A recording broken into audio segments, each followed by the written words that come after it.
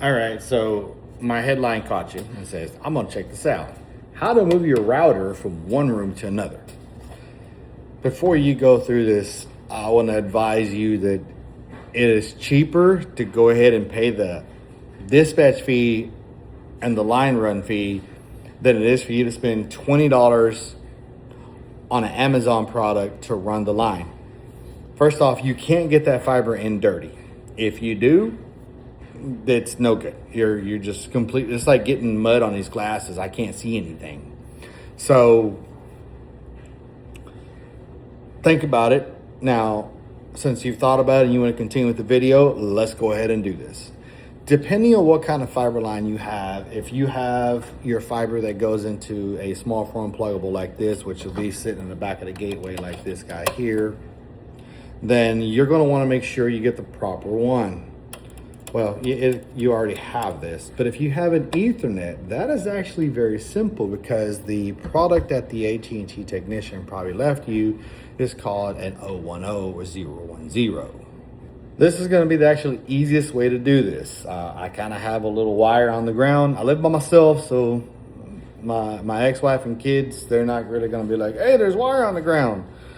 So you're going to want to get you an Ethernet cord. If you have one of these at your house, and this is where you're getting your service from, like say this is in the garage somewhere or in the media room and you want to move your gateway to your new gaming room that you placed not too far from there, all you're really going to do is get you the length of the Ethernet cord. You don't have to worry about these getting dirty or anything. You're going to plug it into here.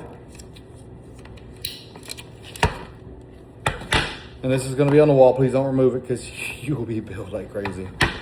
And this is going to go into the Ethernet port on the backside. Just a simple click, just like that.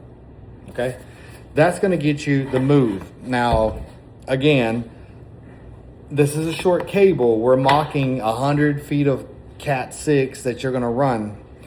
Let's say you went on with the fiber system. Actually, hold on one second. There is my fiber or my copper line, my Cat 6 wire that I ran through the living room, and it goes into my my room where my internet's at. So honestly, while I got you on this thing here, I just thought about something. You don't entirely have to move this one. You just got to backfeed a signal. Now, AT&T has extenders for about $10 a month. I think the price might go up soon. Good night. Oh, that's a big arm right there. Their price may go up soon to, I think, $12 a month, which is still pretty good because you can get up to $5 with that price. So I just thought about this. Instead of moving your router, how about just order the extender or 2 or 3, and then run an Ethernet cord, Cat 6. Just plug it into one of the ports back here, 1, 2, 3, 4, and send it to the other side of the house. That way you have a hard connection to that system. I think that would be better. But if you really want to continue to move the router, I recommend calling AT&T and have them dispatch a technician. I mean, you and your buddies can just say, you know what, let's try to do this, and then you break a hole through the wall, or your spouse says, hey, why is there a drill bit coming out of my refrigerator? You know, I saw a video where somebody was drilling a drill bit and it went through the fridge. I've seen them go through TVs when I was installed DirecTV, and what were you thinking? So this is a good video for me because I was trying to how to relocate your AT&T gateway without calling a costly technician. And I just thought, I mean, maybe it's easier just to run an Ethernet cord from the back of this gateway to another room. So that's my thought, that's my idea. I hope that this helps you out. Leave the professional work for the other. I don't know how to do plumbing, but if I need a pipe ran, I'm gonna call a plumber, because galvanized or that plastic PVC and a T-joint, you know, I could probably run it, but I work 12-hour days, and I don't want to come home to a flooded living room, or I just want something flood out because it's going to cost me money more in the long run.